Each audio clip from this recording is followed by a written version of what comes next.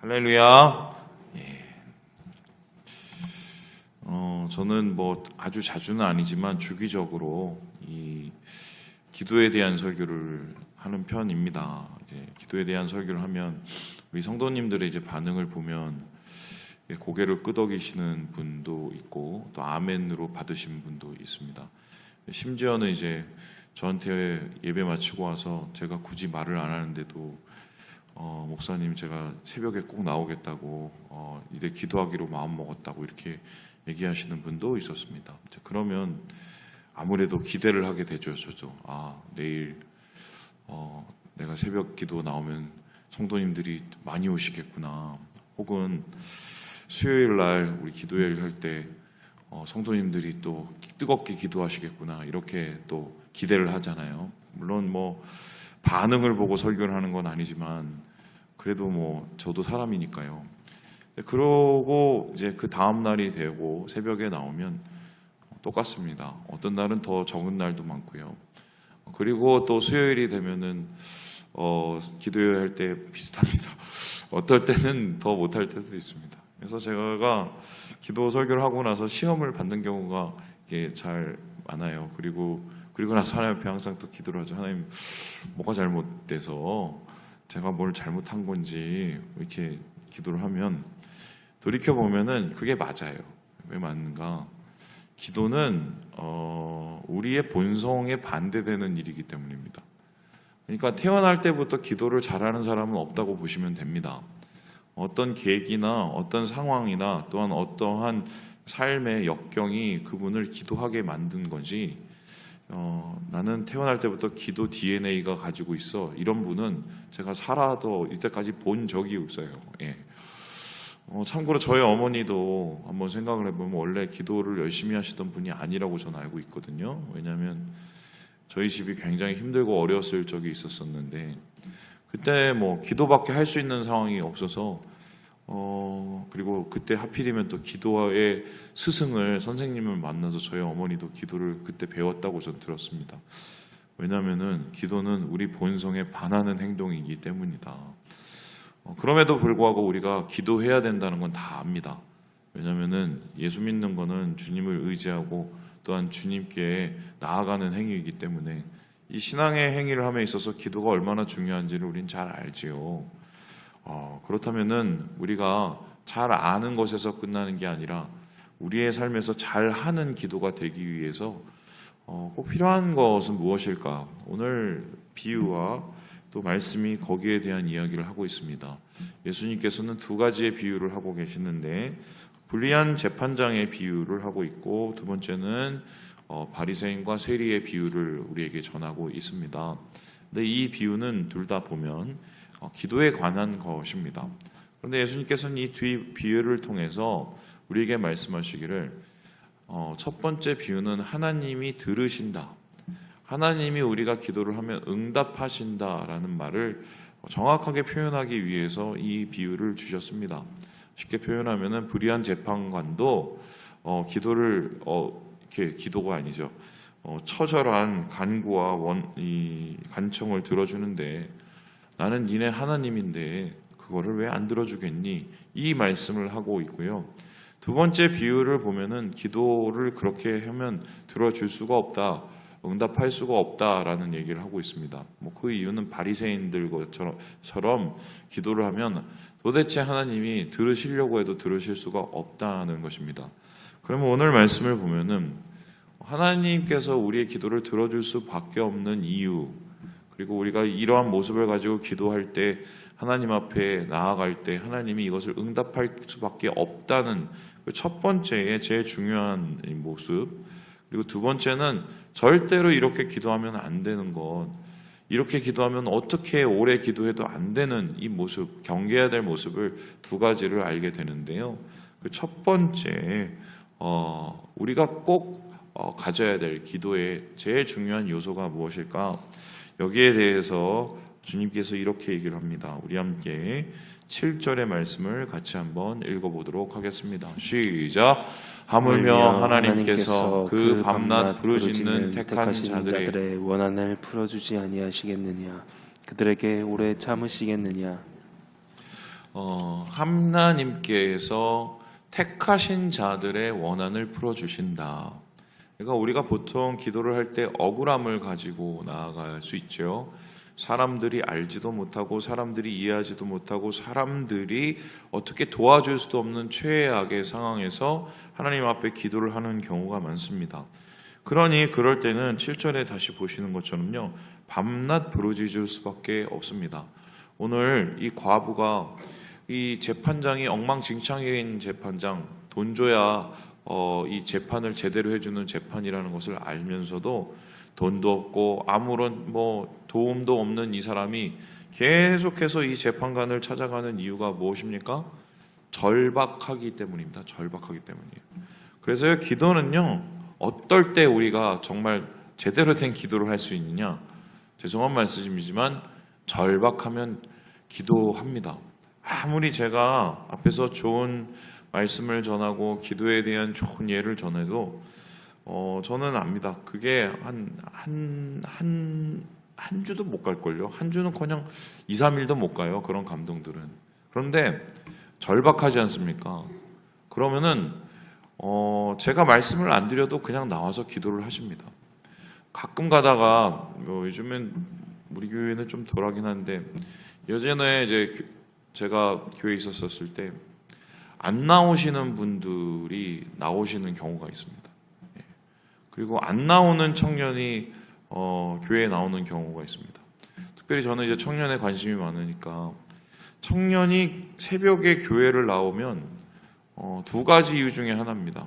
이성 문제, 직장 문제. 거의 확실해요.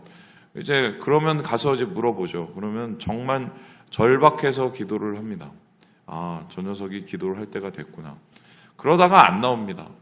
그러면 거의 그 문제가 해결됐을 때 안 나옵니다. 그뿐만 아니죠. 우리 근데 어머니들이 갑자기 교회를 나오시고 새벽에 기도를 하실 때는 거의 뻔합니다. 예. 자식 문제, 남편 문제로 죽도록 기도하신 분은 거의 못 봤습니다. 저는 자식 문제로 거의 죽도록 기도를 하십니다. 왜냐하면 그만큼 절박하시니까요. 오늘 이 이야기보다 여러분 아시겠지만 가나안 여인, 수로보니게 여인을 한번 기억해 보시죠. 이 여인이 예수님 앞에 나와서 엎드려서 간구를 하지 않습니까? 그때 예수님께서 아주 대놓고 무시를 하시죠.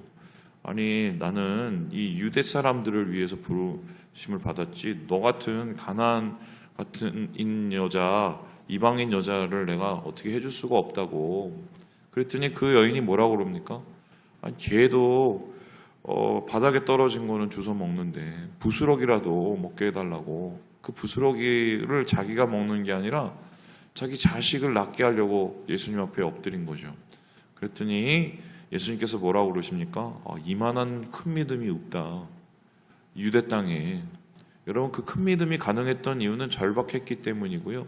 그 절박함이 가능했던 이유는 자녀를 사랑하는 마음 때문이었습니다. 마찬가지로 우리가 주님 앞에서 기도를 할 때 우리의 마음속에 한번 물어보는 거죠. 이게 절박한가? 절박한다는 것은 다른 말로 표현하면 하나님께서 해결하실 수밖에 없는 일이라는 거죠. 그렇다면 이런 얘기가 되는데, 목사님 죽겠어요, 목사님 힘들어요, 목사님 괴로워요, 이렇게 얘기를 하시면서 죄송해요, 기도를 안 하시는 경우는 제가 볼 땐 둘 중에 하나일 거라고 생각을 합니다. 믿음이 없으시던가 절박하지 않으신 겁니다. 그래서요, 오늘 예수님께서는 사실 불의한 재판장의 이야기를 하는 이유는 뭐냐면, 이건 안 들어줄 만한 인간인데도 절박하니 밤낮 찾아오니 괴로워서라도 들어주는데, 야, 너희 하나님께서는 아버지고 너희를 만드신 창조주이신데 어떻게 그거를 안 들어줄 수가 있겠냐는 거예요. 저는 그래서 기본적으로 그런 생각이 있습니다. 기도해서 안 될 것 없다. 하나님께서 다른 방법으로도 좋게 채워주시고 다른 방법으로도 인도해 주시지 기도해서 안 될 건 없다고 저는 믿어요. 특별히 하나님밖에 해결할 수 없는 그 상황을 하나님이 만드실 때는요, 그때는 다른 말로 표현하면 기도하라고 나를 부르시는 거라고 보면 됩니다. 그래서 하나님께서는, 예수님께서는 이 비유를 통해서 우리의 기도가 절박한지, 그 절박함이 하나님 앞에 나아가게 하는지, 그리고 기도를 하나님께서 들으실 수밖에 없다는 것을 우리에게 말씀하고 있는 것입니다. 두 번째는요, 예수님께서 도대체 이렇게 기도하면 들을 수 없는 모습을 보여주게 되는데요. 그 기도는 다음과 같습니다. 우리 함께 11절의 말씀을 같이 한번 읽어보도록 하죠. 시작. 바리새인은 서서 따로 기도하여 이르되 하나님이여 나는 다른 사람들 곧 토색 불의 간음을 하는 자들과 같지 아니하고 이 세리와도 같지 아니함을 감사하나이다. 두 사람의 기도가 보이죠. 한 사람은 바리새인, 한 사람의 세리. 세리는 한마디로 죄인이고요. 바리새인은 의인이라고 표시되는 사람들입니다. 그렇다면은 이 사람들이 기도를 한다면 당시의 생각으로는 당연히 세리가 아니라 바리새인 기도를 하나님이 들어주실 거라고 생각을 하겠죠. 왜냐하면 이 사람은 교회도 잘 나와요. 교회에서 봉사도 잘해요. 헌금도 잘해요. 교회 와서 이런저런 일을 다 도맡아 한단 말입니다. 아유, 당연히 저 중직자인데 저런 사람이 하나님 앞에 얘기를 하면 잘 들어주겠지. 이런 생각을 당연히 하잖아요. 그런데 예수님께서는 여기에 대해서 뭐라고 그러시냐면요. 14절에 보니까요. 도대체 저 바리새인은 하나님께서 들어주실 수가 없다라고 얘기를 합니다. 그 이유가 뭐냐? 보세요. 자기를 높였기 때문이라고 얘기합니다. 한마디로 이 사람은요. 11절에서 우리가 아까 본 것처럼요. 하나님께 기도를 하는 게 아닙니다. 사람들께 기도하고 옆에 있는 세리 들으라고 기도를 하는 겁니다. 어떻게 기도를 했나요? 하나님, 저는 다른 사람들 같이, 그죠? 다른 사람들, 내 주위에 있는 저 세리나 혹은 다른 사람들 같이 나는 동급이 아닙니다. 저 사람들하고 같이 도매급으로 넘기지 마세요. 제가 이때까지 한 게 있는데 내가 이렇게 하나님한테 얘기하면 하나님이 들어주셔야 되는 거죠. 여러분 아시는 무슨 꼼짝마 이거 똑같은 거예요. 이런 생각들을 하게 된 이유가 뭐냐면 이 사람의 초점이 하나님이 아니라 누구에게 맞춰져 있어요? 사람에게 맞춰져 있는 것입니다. 여러분 그래서 기도할 때 절대로 우리가 내려놓아야 될 자세는 하나님이 도대체 들을 수 없는 그러한 태도는 뭐냐면 교만입니다. 교만은 하나님하고 이미 끝난 사이예요. 하나님이 필요 없다는 것을 뜻하기 때문입니다. 그래서 교만은 고칠 약도 없어요. 왜냐하면 이미 마음속에 다른 사람들에 대한 생각들, 비교 경쟁하는 마음이 가득 차 있기 때문에 하나님에 대한 자리는 없고 하나님에 대한 시선도 전혀 존재하지가 않는 거지요. 한마디로 영적으로 하나님하고 끊어지게 되는 거고요. 그러니 관계가 안 되는데 어떻게 기도를 하겠습니까? 근데 반면에 세리는 보면은 세리는 죄 지은 인간이잖아요. 더러운 인간이잖아요. 사람들에게 손가락 받는 인간이잖아요. 그럼에도 불구하고 이 세리가 그 기도를 하나님 앞에 올려서 하나님께서 그 기도를 받으실 수밖에 없는 이유는 무엇입니까? 13절을 한번 보시죠. 이렇게 얘기합니다. 하늘을 쳐다보지도 못합니다. 가슴을 칩니다. 그리고 고백을 하죠. 죄 고백을. 한마디로 하나님 무서운 줄 아는 겁니다. 하나님 두려운 줄 알고 또한 하나님에 대해서 자기의 모습이 얼마나 부끄러운 줄 아는 겁니다. 여러분 제가 이런 말씀하면 어떻게 될지 생각 못했지만 예수 믿는 사람은 염치가 있어야 돼요. 염치라는 건 부끄러워하는 마음입니다. 부끄러워하는 마음은 우리의 양심에서 비롯이 돼요. 그 양심에 바로 주님의 성령이 살아계세요. 예수 믿는 사람은. 그래서 우리의 양심이 제 기능을 하고 성령 안에서 그 양심이 우리의 주인이 되면 우리는 사람들 앞에서도 마찬가지지만 하나님 앞에서 부끄럽습니다. 뭘 해도 부끄럽습니다. 왜냐하면 내 중심을 누구보다도 하나님 잘 아시기 때문이죠. 그런데 그러한 가장 낮은 자의 모습으로 하나님 앞에 엎드리면 하나님께서 어떻게 그 사람을 내버려 둘 수가 있겠어요? 은혜는 낮은 곳으로 흐르는 거잖아요. 그래서 주님께서는 도대체 들어줄 수 없는 이 기도를 하는 이러한 종교적인 잘못된 열심이 얼마나 당시에 많은 기도자들의 잘못된 습관을 만들고 있는지를 우리에게 설명을 하고 있습니다. 그래서 기도는요, 가장 낮은 자의 모습으로 주님 앞에 엎드리는 거였어요. 예전에 제가 이 교육을 받는데 한 간사님께서 오셔서 그 얘기를 하시더라고요. 엎드림의 기도에 대한 얘기를 하셨어요. 엎드림에 대한 기도. 근데 그거를 또 강의로 하시더라고요.